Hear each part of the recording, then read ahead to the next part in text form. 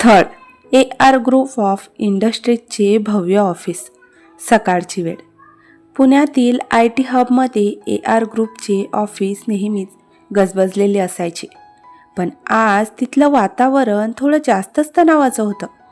कारण आज बॉस म्हणजेच आर्यन राजशिर्के लंडनहून परत येणार होता. पांढऱ्या रंगाचा साध्या सुती ड्रेसमधील श्रावणी आपल्या टेबलवर मान खाली घालून फाईल्स नीट करत होती. तेवढ्यात पिंकी तिच्याजवळ धावत आली आणि जोरात श्वास घेत म्हणाली, "अगं ये श्रावण बाळ, तू अशी शांत कशी बसू शकतेस? तिकडे वाघ येणार आहे आणि तू इथे फाईल्सला इस्त्री करत बसली आहेस." श्रावणी हळू आवाजात म्हणाली. नजर खाली ठेवूनच, "पिंकी, ओरडू नकोस. बॉसच आहेत ना ते, काही खाणार नाहीत आपल्याला." पिंकी म्हणाली. "खाणार नाहीत? अगं मागच्या वेळी एका असिस्टंटने चहामध्ये साखर जास्त टाकली होती म्हणून त्याला 2 किलोमीटर धावायला लावलं होतं या माणसानं. तू तर नवीन आहेस आणि इतकी साधी, तुला बघून तर तो कच्चाच चावेल." श्रावणी एक दीर्घ श्वास घेते आणि आपल्या हातातील जखमेच्या जुन्या व्रणाकडे बघते. "मला सवय आहे पिंकी, त्रासाची आणि जखमांची सुद्धा." त्याचवेळी इकडे बाहेर एका काळ्या रंगाची लक्झरी कार येऊन थांबते. त्यातून आर्यन खाली उतरतो. चेहऱ्यावर काळा गॉगल आणि अंगात महागडा सूट. आर्यनचे पाऊल ऑफिसमध्ये पडताच संपूर्ण शांतता पसरली. त्याच्या चालण्यात एक वेगळाच दरारा होता. तो सरळ आपल्या कॅबिनकडे जात असताना त्याचं लक्ष कोपऱ्यात बसलेल्या श्रावणीकडे गेलं. ती सर्वांसारखी उठून त्याला विश करायला उभी राहिली नव्हती. आर्यन तिच्या टेबलजवळ धावून थांबला आणि रागातच बोलला, "एक्सक्यूज मी, हू इज शी?" तसा मॅनेजर म्हणाला, "सर, ही श्रावणी नवीन जॉईन झाली आहे बॅक ऑफिसला." आर्यन श्रावणीच्या टेबलावर जोरात हात आपटत बोलला, "तुला हे ऑफिस वाटतं की गार्डन? बॉस समोरून जातोय आणि तू मान खाली घालून बसली आहेस. रिस्पेक्ट नावाची गोष्ट माहीत आहे का तुला?" तशी श्रावणी थरथरत्या हातांनी उभी राहिली. तिचे डोळे पाण्याने भरले आहेत पण ती रडत नाही. "सॉरी सर, ते मी कामात होते." आर्यन तिच्या डोळ्यात बघत, मनात काहीतरी खटकतं पण तो राग आवरत नाही.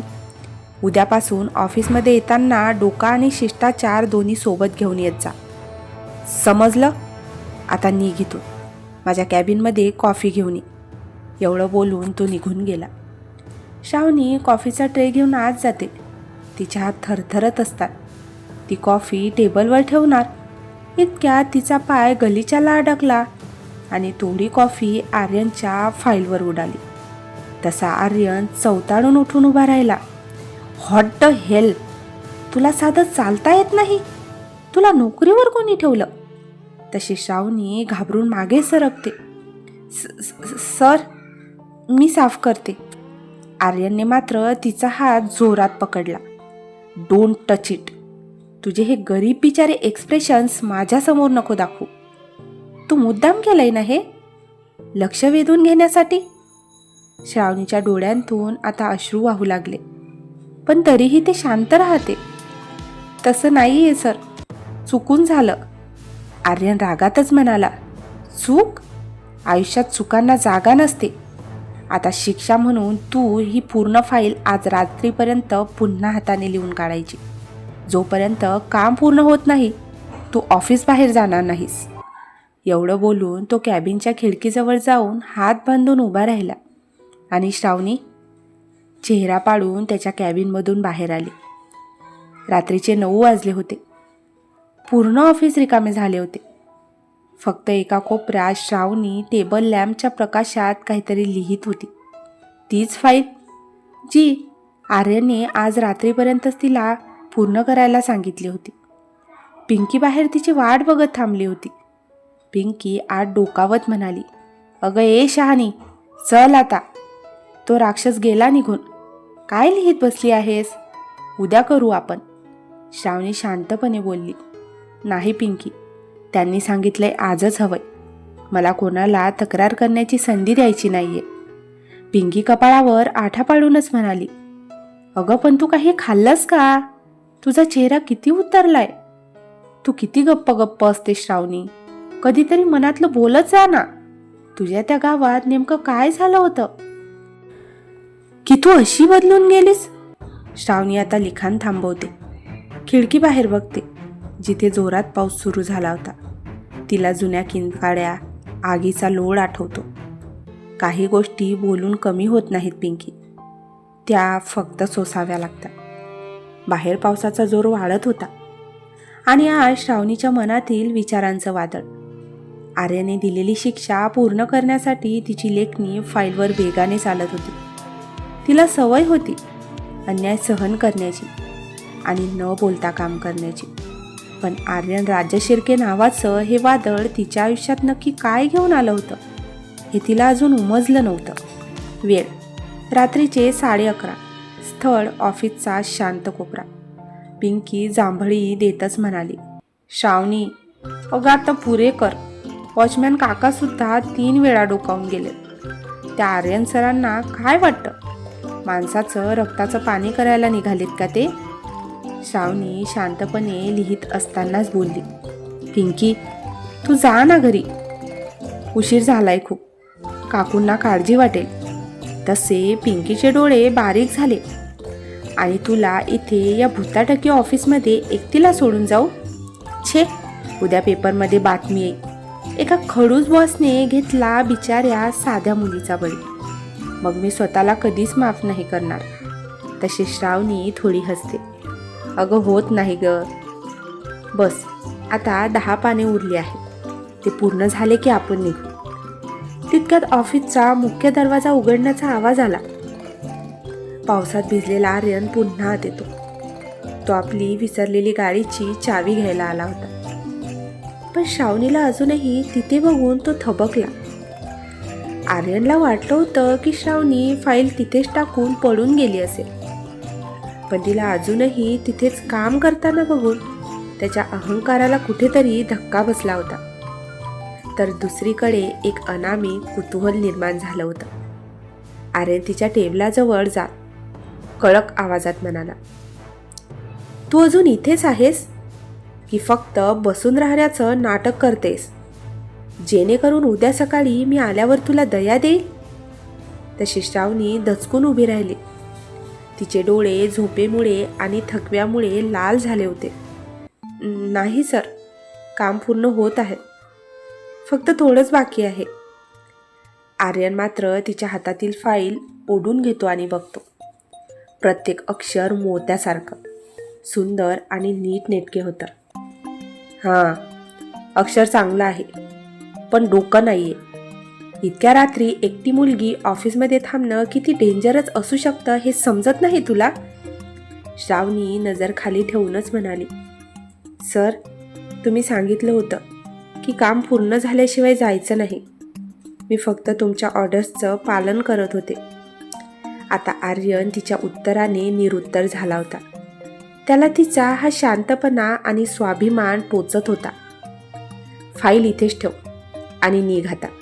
पिंकीला घेऊन जा आणि उद्या वेळेवर ऑफिसला या. उशीर झाला तर आजच्यापेक्षा दुप्पट शिक्षा मिळेल. एवढं बोलून तो चावी घेऊन निघून गेला आणि त्याच्या मागेच ह्या दोघीसुद्धा ऑफिसमधून बाहेर पडल्या.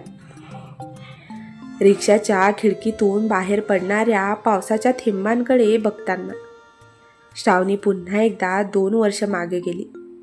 तोच पाऊस होता, तीच रात्र होती, पण तेव्हा तिच्या आयुष्यात आनंद होता. ती कुठल्या तरी विचारात हरवलेलीच होती की तेवढ्यात पिंकी म्हणाली. श्रावणी, कुठे हरवलीस ग?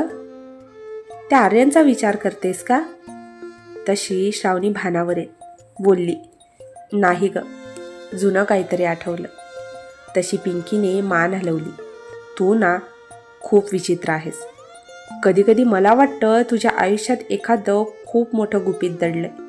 तू साधी मुलगी नाहीयेस. तुझ्या डोळ्यात काहीतरी वेगळंच दिसतं. तशी श्रावणी पुन्हा विचारात हरवली आणि मनातल्या मनातच म्हणाली, माझं गुपित जर तुला कळलं पिंकी, तर तू सुद्धा माझ्यापासून लांब पडशील.